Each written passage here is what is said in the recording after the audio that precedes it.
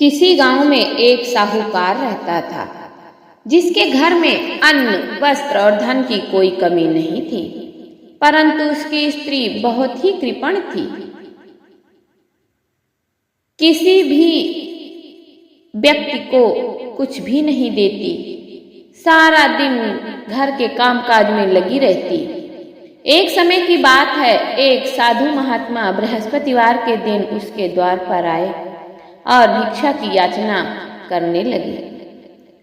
उस समय वह स्त्री घर के आंगन को लीप रही थी। इस कारण साधु महाराज से कहने लगी कि महाराज, इस समय तो मैं घर लीप रही हूँ, आपको कुछ नहीं दे सकती। फिर किसी दिन अवकाश के समय आना। साधु महात्मा खाली हाथ चले गए। कुछ दिनों के पश्चात वही साधु महाराज आए और उसी तरह भिक्षा की याचना करने लगे। साहूकारिणी उस समय लड़के को खाना खिला रही थी। कहने लगी कि महाराज, मैं क्या करूं, अवकाश ही तो नहीं है, इसलिए आपको भिक्षा नहीं दे सकती।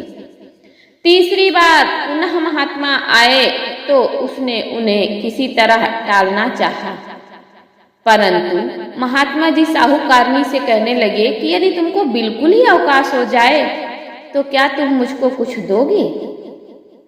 साहूकारनी कहने लगी कि हाँ महाराज जी, यदि ऐसा हो जाए तो आपकी बड़ी कृपा होगी।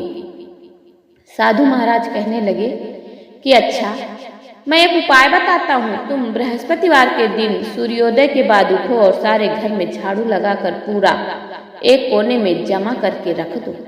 घर में चौका इत्यादि मत लगाओ। फिर स्नान आदि करके घर वालों से कह दो कि उस दिन सभी हजामत अवश्य बनवाएं। रसोई बनाकर चूल्हे के पीछे रखा करो, सामने कभी मत रखो।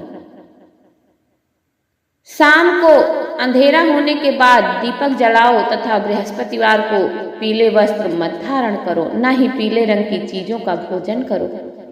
यदि ऐसा करोगी तो तुमको घर का कोई काम नहीं करना पड़ेगा। साहूकारनी ने ऐसा ही किया। बृहस्पतिवार को देर से उठी, झाड़ू लगाकर कूड़े को घर के एक कोने में जमा कर दिया। पुरुषों ने हजामत बनवा, भोजन बनाकर चूल्हे के पीछे साहूकारनी ने रख दिया। यह सब बृहस्पतिवार को करती रही। अब उसके बाद उनके घर में खाने के लिए ना दाना रहा, ना संपत्ति रही। थोड़े दिनों पश्चात महात्मा फिर से आए और उन्होंने भिक्षा की याचना की, परंतु सेठानी ने कहा, महाराज, मेरे घर में तो खाने के लिए अन्न नहीं है, आपको क्या दूं? तब महात्मा ने कहा, जब तुम्हारे घर में सब कुछ था तब तुमने क्या दिया? अब तो तुम्हें पूरा अवकाश है, अब भी कुछ नहीं दे रही हो। तुम क्या चाहती हो, कहो। तब सेठानी ने हाथ जोड़कर कहा, महाराज, कोई ऐसा उपाय बताओ कि मेरे घर में पहले जैसा सब कुछ हो जाए। मैं प्रतिज्ञा करती हूँ कि अवश्य मैं आपको जो कहोगे वह दूंगी। महात्मा जी बोले, बृहस्पतिवार को सुबह उठकर स्नान आदि से निवृत्त होकर अपने घर को गाय के गोबर से लीपो तथा घर के पुरुष हजामत ना बनवाएं।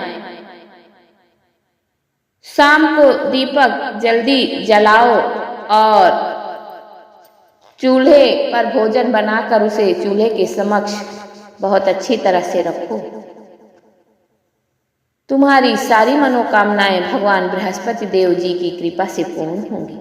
सेठानी ने ऐसा ही किया और उसके घर में धन धान्य सब पहले जैसा हो गया। इस प्रकार भगवान बृहस्पति देव जी की कृपा से अनेक प्रकार के सुखों को भोग कर सेठानी दीर्घ काल तक जीवित रही और सेवा, धर्म, दान आदि कर्म करती रही। बोलिए विष्णु भगवान की जय। बोलिए बृहस्पति देव की जय।